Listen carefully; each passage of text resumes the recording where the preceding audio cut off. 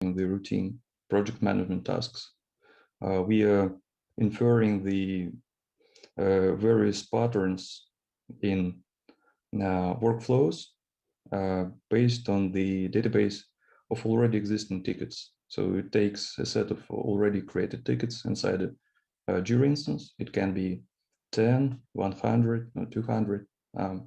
And then it runs a set of machine learning models to infer the statistical patterns, and then helps to apply those patterns for automating the project management workflows. So what I mean by that is that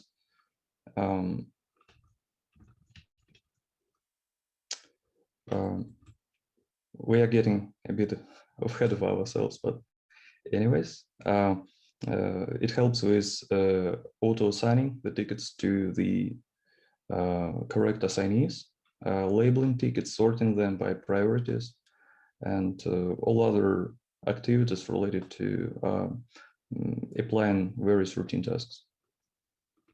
So for those of you who are not familiar with what Jira App is, it's an application that is written as a service and that can be integrated with cloud version of Atlassian Jira, so that it acts as a plugin to the cloud version, showing its functionality as a small window inside the main Jira instance. And today, we will talk about our experience with using Apache Ignite as a base for designing such application. And we will compare the initial legacy backend technology stack with the current stack based on Apache Ignite. And we will compare PostgreSQL plus Celery, which was the base of our stack, with Apache Ignite combined with Racer. Just a few words about Jira, why we think that it's a good idea to develop apps. It's a quite liquid market. There are a high demand for various applications. It already has data, so you do not have to do data mining. The data is already there and it's already structured, and you can use the data to do various machine learning stuff on top of it. And it can be quite profitable just because the licensing model is based on a number of users inside a single Jira instance, not a number of Jira instances served by Jira App. I already described the project, so let's just move on. So when we started this project, we had a few ideas about how our backend should look like. So these are all quite standard properties, standard wish list for a scalable distributed backend. Nothing fancy, but still it's good that we had all that in mind right from the start. But nevertheless, we decided to go with somewhat compromised solution using not distributed backend as a starting point, just because it was simpler and allowed us to roll out releases quicker. But if we go back to the initial requirements, what we wanted ideally is being able to work to write our service inside Java and the database integrate with our Java backend web server natively. And we wanted the first-class support. We wanted highly available, horizontally scalable database, full torrent, distributed. We wanted both key value and SQL APIs. And what is somehow unusual is that we wanted to be able to run various calculations on top of that data. And keeping data safe was also critical. So we decided that transparent data encryption is a must. And finally, apart from wanting to use that backend to as a base for Jira application, we wanted to be able to deploy it on site, on premises, in case we want to serve the needs of those clients that do not want to switch to the cloud and still use Jira Server. And of course, we did not consider any solutions that the proprietary or closed source. Nevertheless, we decided to go with PostgreSQL as our first database, knowing its strong and weak sides. This is our initial technology stack. For those who are not familiar with what Celery is, so basically it's a Python-based computing grid, also known as a job queue. And the way it works, you run a number of instances on different nodes, and then you send jobs as just Python function declarations to different nodes, and then use RabbitMQ to receive the statuses and results of those calculations. So Celery requires RabbitMQ as its backend. It cannot run on its own. And initially, we had just a set of just a small set of models based on scikit-learn machine learning framework, and all those models ran on CPU. And because of that, it was quite natural to run all those inside Celery workers without having to outsource the computational load to cloud providers with GPU access. But since then, we passed the long road and had to address all those weak sides of the previous technology stack and switch to Apache Ignite. So currently, we use Apache Ignite with a combination. In combination with Spring Boot and Reserve. I will talk about Reserve a bit later. And what's important is that we use GPU-based models in PyTorch framework, and that requires to outsource certain calculation loads to the cloud where GPUs are available. So here is the current layout of our architecture. You can see here three different clouds. So this cloud is something that is managed by Atlassian. We do not control that part. These are the users of Jira, and each user is actually a separate client of Jira, and each client connects to its separate Jira instance.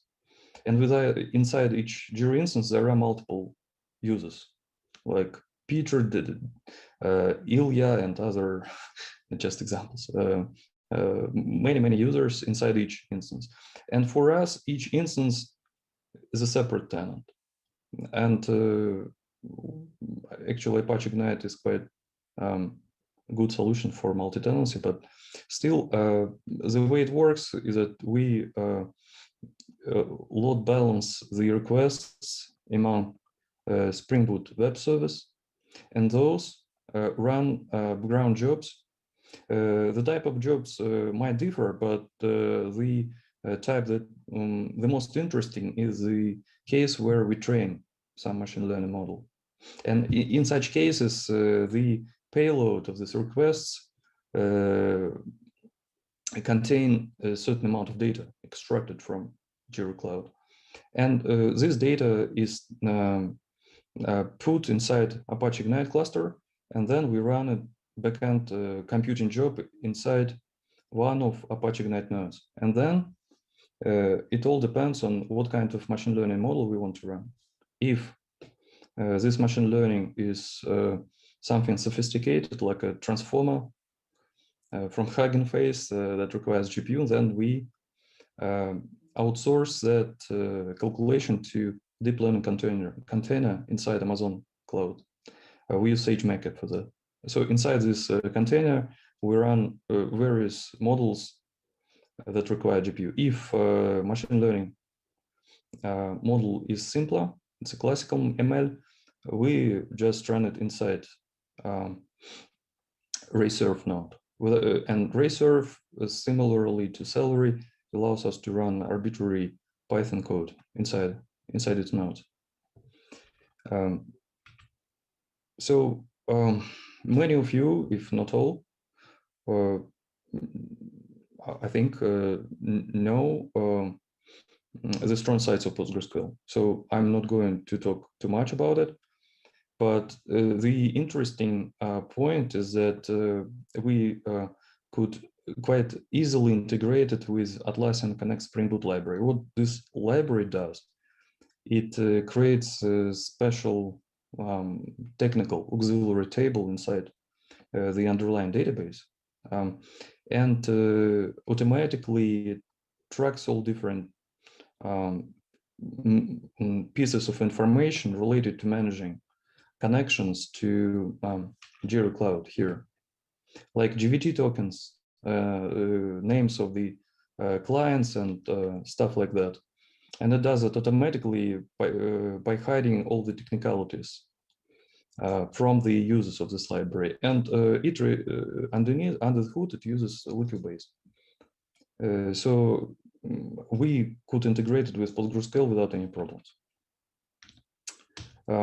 But obviously, we wouldn't have switched to Apache Ignite if everything was good, but it wasn't. So obviously, PostgreSQL out of the box without using some other PostgreSQL-based solutions is not scalable. There are other solutions. I'm not going to talk too much about it. After the presentation, you will be able to press these links and see what solutions we considered. But on top of that, it requires a bit of effort for mapping tables to objects. We use some kind of ORM or other solutions based on PGSQL scripts, functions. It's a key value API, so it doesn't have any, and that's why it needs to be imitated. And what was critical for us is that it doesn't have any transparent data encryption integrated. There are discussions there on developer email lists about it, but it lasts for a few years, and the support is still not there. There are third-party solutions that patch PostgreSQL, but we don't consider those because they're like hacky.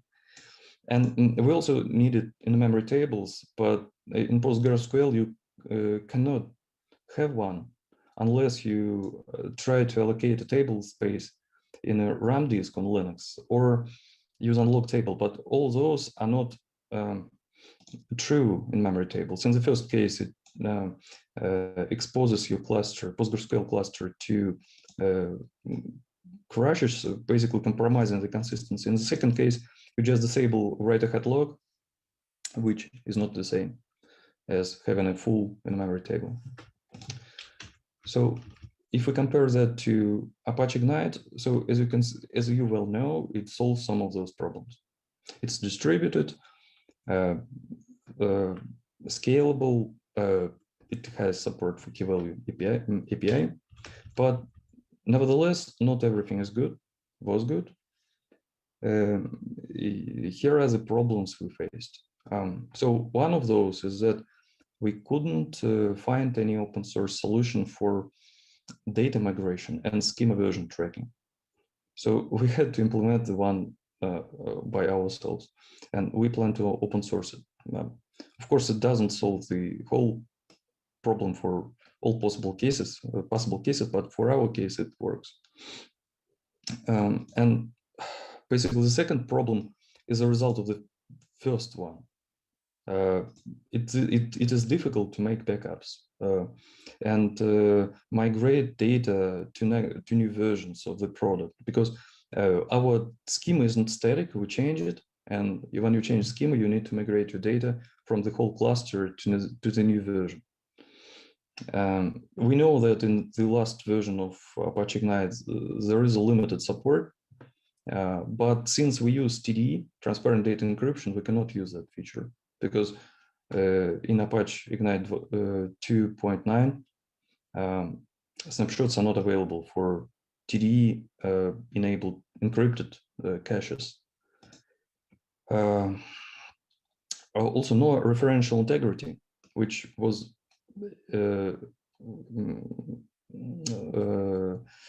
upsetting, but we could live with it. But as a result, no foreign keys and no other nice features of SQL, like window functions and stuff like that. So the SQL support is quite limited. No transactions that are production ready. We also struggled with using Spring Boot DevTools. So what we did, we changed our developers change the objects that we store inside database. And if you do not take certain measures, then it breaks the communication with the cluster. And the way we solve that is we are placing all the files, all the classes that we store inside database in a separate jar file. And we place that jar file on each of the nodes. And this way it works. We know that Apache Ignite has a certain way of preventing problems when multiple developers in the same network try to use Apache Ignite. It's called static IP resolution protocol, but we found it not very useful for our case because we wanted to be able to experiment inside each of the developer machines with a full set of features, including multicast IP resolution. And that's why we had to implement the IP tables, apply IP table configuration on each of the machines. We use Linux. And so it was not very difficult, but still, this is something that you need to keep in mind. Otherwise, as a developer, one of the developers, if we're not careful, can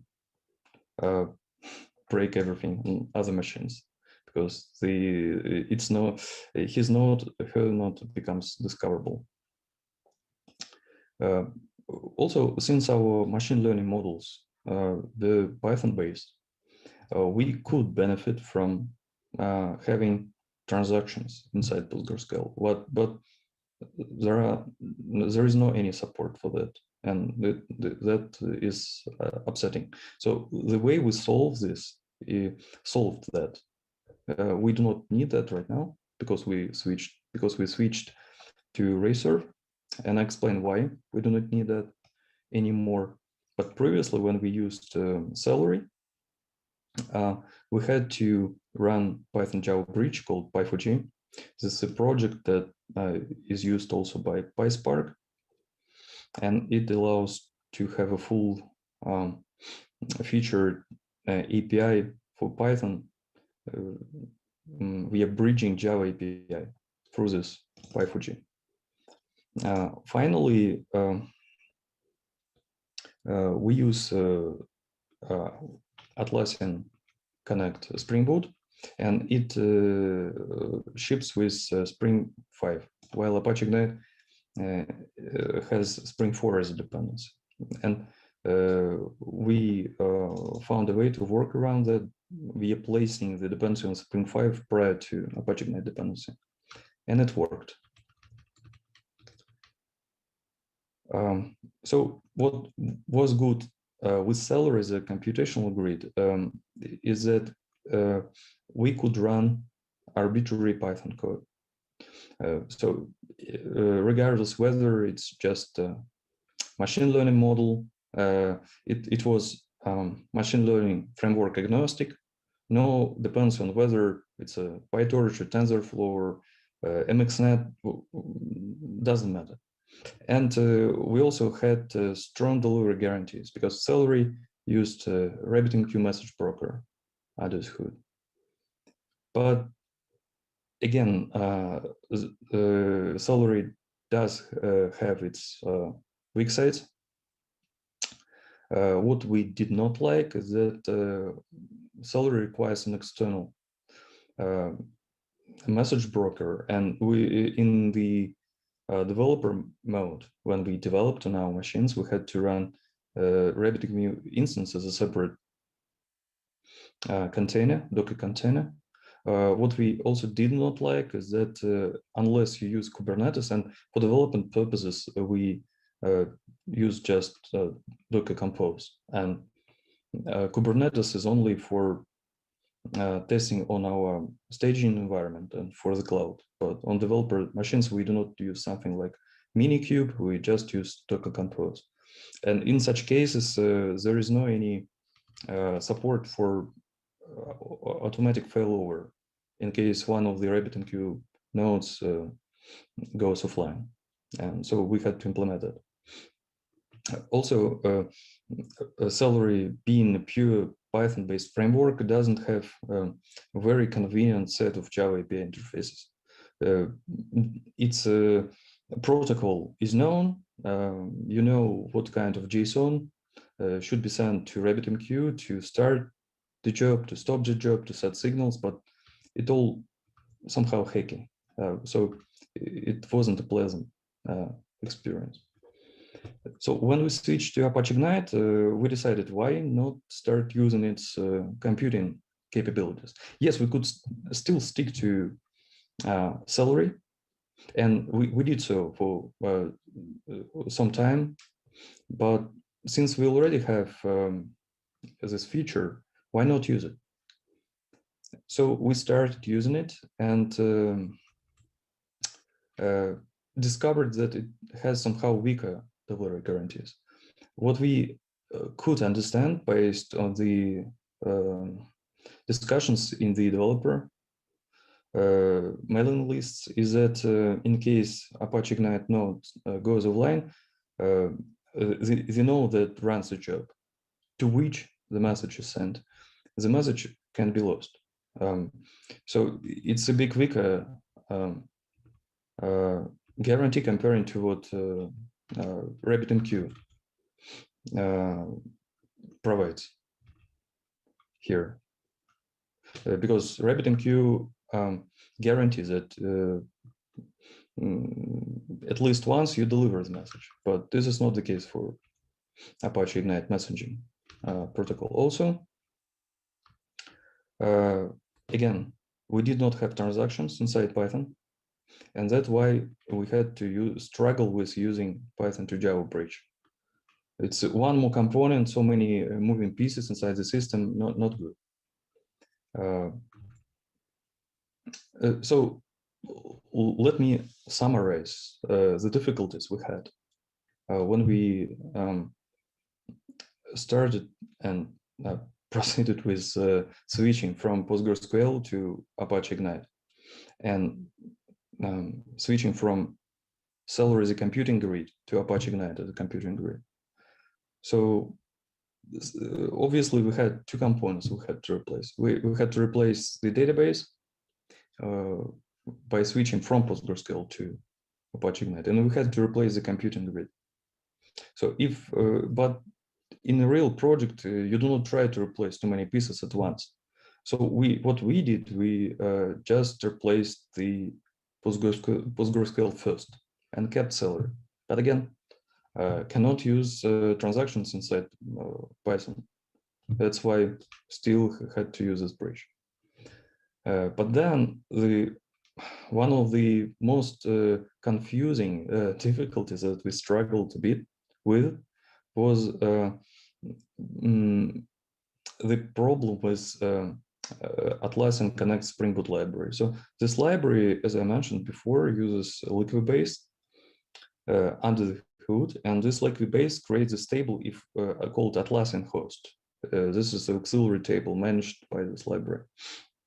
If it not exists, if it doesn't exist, but in our case, JDBC driver for Apache Ignite did not provide the full SQL support, needed full equibase, and that is why this library couldn't create a stable. So what we did, we created a separate container that ran inside Kubernetes in production as a Kubernetes job. And the job of this container was to use query entity API to create this table so that it is visible to this library's SQL table. And then Liquibase just looked at inside Apache and said, okay, I see this table, no need to create it. And that it just proceeded to the next step, and everything worked. But it took a while to figure how to work around this.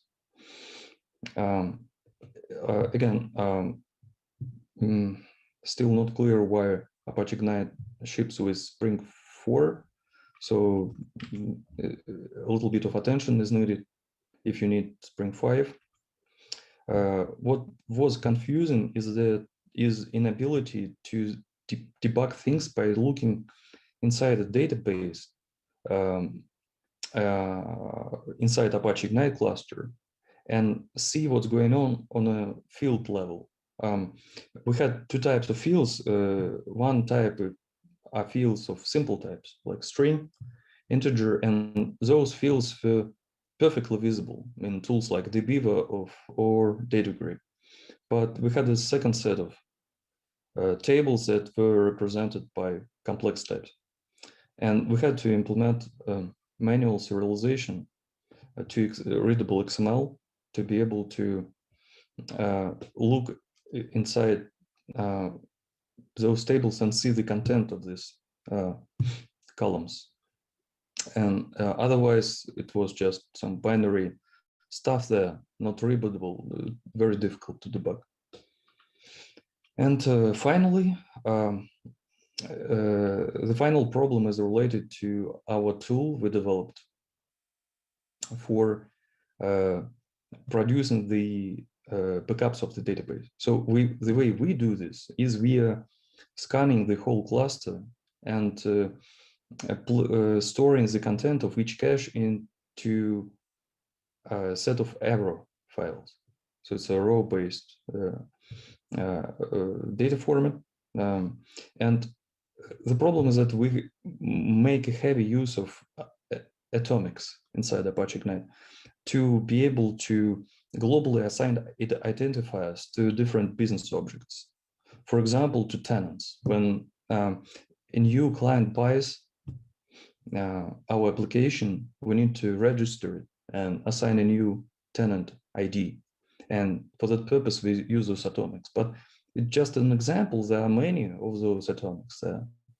And when we back our cluster up, we want to store all those atomics next to the data. But the problem is that Apache Ignite does not provide any way of getting the list of atomics inside the cluster. So currently, we just have to hard code those inside the external tool that backs up the database. We know that there are metrics inside Apache Ignite that allow to query certain statistics from the cluster, but unfortunately, the list of atomics is not among those. But another interesting point is that by replacing Celery combined with PostgreSQL with Apache Ignite, we also basically replaced the computational grid. But the problem is that we still had Python-based models. We needed some place to run those in. And we investigated a few possibilities. We considered using the machine learning capabilities of Apache Ignite, but the problem is that Apache Ignite concentrate mostly on classical ML that is run on distributed data. But in our case, we heavily use deep learning models, complex models. And those models are far ahead of what Apache Ignite has integrated. And that is why we decided that we just needed to have computational grid that can run arbitrary Python code by providing both GPU and CPU calculation capabilities. So we went with Reserve, but the question is, how do you integrate Reserve with Apache Ignite? And the second question is, if Apache Ignite provides weaker delivery guarantees, how do you manage those cases when the message is not delivered? So the second problem has a simple solution. Since we do not run a serious financial application, we just inform the client that something went wrong, and the client presses the button one more time. So the first problem also solved by running a separate service based on a combination of Reserve containers. So as I said before, we run Reserve as a combination of nodes, and inside of each Reserve node represented by a Reserve container, we run scikit-learn based set of models. We run machine learning endpoint based on REST API, and we run SageMaker Python client. So when Apache Ignite node receives a job, it forwards this job to Reserve, unless this is some kind of not ML related job. Then Apache Ignite just calculates everything by itself. So the examples of such jobs are jobs related to business logic. If you just need to process data stored inside Apache Ignite cluster, you do not need ML. So this job run inside Apache cluster with its computing API is a perfect place. And you do not need any external solution. But if it's ML, then if it's a simple model, again, depends on manufacturer's amount of data, kind of a business logic request that client sends. You decide. If you need deep learning, you go to deep learning container. So this set of containers run inside Amazon Cloud, and those are available via SageMaker REST API. If the machine learning task is simpler and does not require GPU, we just run that inside the same cluster where Apache Ignite runs, but again, inside Reserve container. I guess after the presentation, you will be able to go through the references if you want. We try to back our judgments up by carefully selected links, so that we do not try to say something that just our opinion. We try to base our opinion on the results that other people were able to reproduce. It's time to ask questions, I guess. Yes, and we already have two in our chat, and let me please read them for our viewers. Do you copy data from an Ignite node to Reserve node before running the ML jobs? If yes, are those nodes hosted on the same machine? We just send data via REST API as a payload. So yes, we copy data because we decided that we just do not use Python API right now. We just use REST API, just simple solution. If at some point we see that the amount of data transferred between Apache Ignite calculation job and Reserve becomes a bottleneck. So if it stops or slows down things, then we act. Hopefully by the time we will be able to benefit from better support at Python API level from Apache Ignite. and implement more sophisticated stuff than just fetching data from Apache Ignite via Python API. Right now, it's just possible to extract value by key and run a simple SQL request. That's it. Also, I see here a note about Spring 5. Apache Ignite supports Spring 5 fully. It's just default to Spring 4. Says, yeah. So any comments on that? I think I agree with that statement. So yes, it just was confusing that the default is Spring 4, and that's it. But yes, it works with Spring 5. Yes. Did you have any issues with TDE feature? Do you have any feature requests for TDE? That's the developer's question. Yes, sure. We want to be able to use the latest feature of snapshotting with TDE enabled, because right now the feature of generating snapshots of Apache Ignite cluster is not supported for encrypted caches, and it's a major upsetting factor and stopping us from using that snapshotting capability of Apache Ignite. The next question, can you share your opinion about what would be the best procedure of creating, restoring cluster backups from your point of view? I think that it would be good to have a few options, but in our case, I can only say what would be the best for our case. For our case, we need the readable Ignite independent data format to which data is serialized from Apache Ignite cluster 2, which have chosen Avro data format.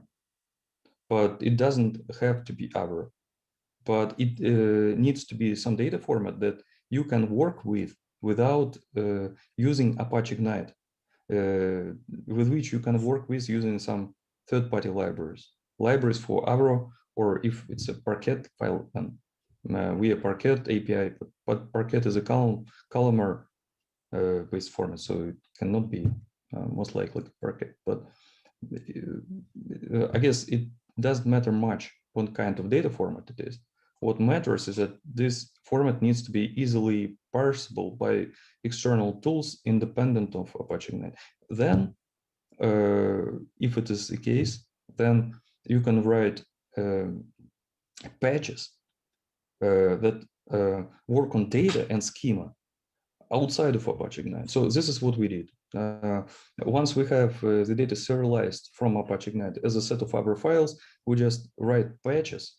For instance, patch that upgrades data and schema from version 0 to 1. Then the second patch from 1 to version 2. So each of those patches is just a simple Java program.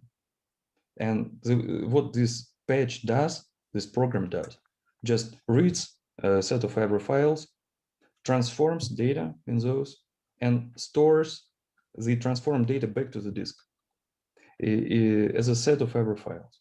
Of course, I could only assume that this strategy is not applicable as well to large data sets, but in our case, it works. Thank you. So guys, you also can just unmute yourself and ask a question if you like. Yeah, I have a couple of questions. Thanks, Peter, for presenting. It was interesting to learn, and I think that I saw many community members on the line. So hopefully they will take your feedback and improve Ignite with the next versions. Speaking about machine learning, you mentioned that you're running some deep learning related tasks, but have you tried to use Ignite ML Java APIs? Like, if yes, then what's your thinking? So here's the problem. We run a sophisticated machine learning pipelines for natural language processing. So it is quite different from what Apache Ignite provides, unfortunately. So the most complex deep learning model that Apache Ignite provides is a multi-layer perceptron, which is just a fully connected multi-layer deep neural network. but it's just a simple case. It's a kindergarten model in terms of complexity of what state-of-the-art machine learning models that use deep learning are like. So that is why I can see two ways. Either Apache Ignite tries to implement every possible deep learning model accessible from Java, or Apache Ignite tries to integrate with the most popular language in the world used for machine learning. So as a user of Apache, of both Python as a machine learning enthusiast and Java development at the same time, what I would like to have in Apache Ignite is that Python becomes a first-class citizen. And that Apache Ignite provides better integration so that you can write just pieces of Python-based code that implement those models externally to Apache Ignite, so that Apache Ignite doesn't try to be better than the rest of the machine learning world. But I'm not trying to offend Apache Ignite because it has its strong sides as well. Because obviously, if you have a lot of data, many terabytes stored inside the cluster, and you want to run to a set of classical ML tasks on top of that data, then no need to use external machine learning frameworks. And Apache Ignite is perfect for that. But what do you do if you just need to take a small subset of data stored inside Apache Ignite, like a set of Jira tickets for that particular client? For instance, it can just be a couple of thousand tickets, and run a complex machine learning pipeline on top of that. It can be a combination of some kind of transformer-based model, SciPy, and stuff like that. Just a couple of examples, but there are numerous number of libraries for machine learning for NLP. And people that design those models usually do not know Java. And even if Apache Ignite supported, let us imagine that one day Apache Ignite supports transformers, but it's difficult to be ahead of the rest of machine learning community in terms of having support for the state-of-the-art model. For instance, if the library called Hugging Face transformers support some kind of the new model that Google developed 3 months ago, and it has implementation in either TensorFlow, JAX, or PyTorch, or I don't know, maybe Julia. It doesn't matter. Apache Ignite just won't be able to react immediately by implementing that model. But if it had integration with Python, no problem. It could benefit from running that model. But right now, since there is no such capability of running machine learning model that are Python-based inside Apache Ignite cluster, we had to implement a separate solution. Maybe that's not bad. I guess that's not for me to decide. Ivan, I suppose that you have some updates here. Sure. Thank you. Thank you for inviting me. Thanks a lot for your presentation.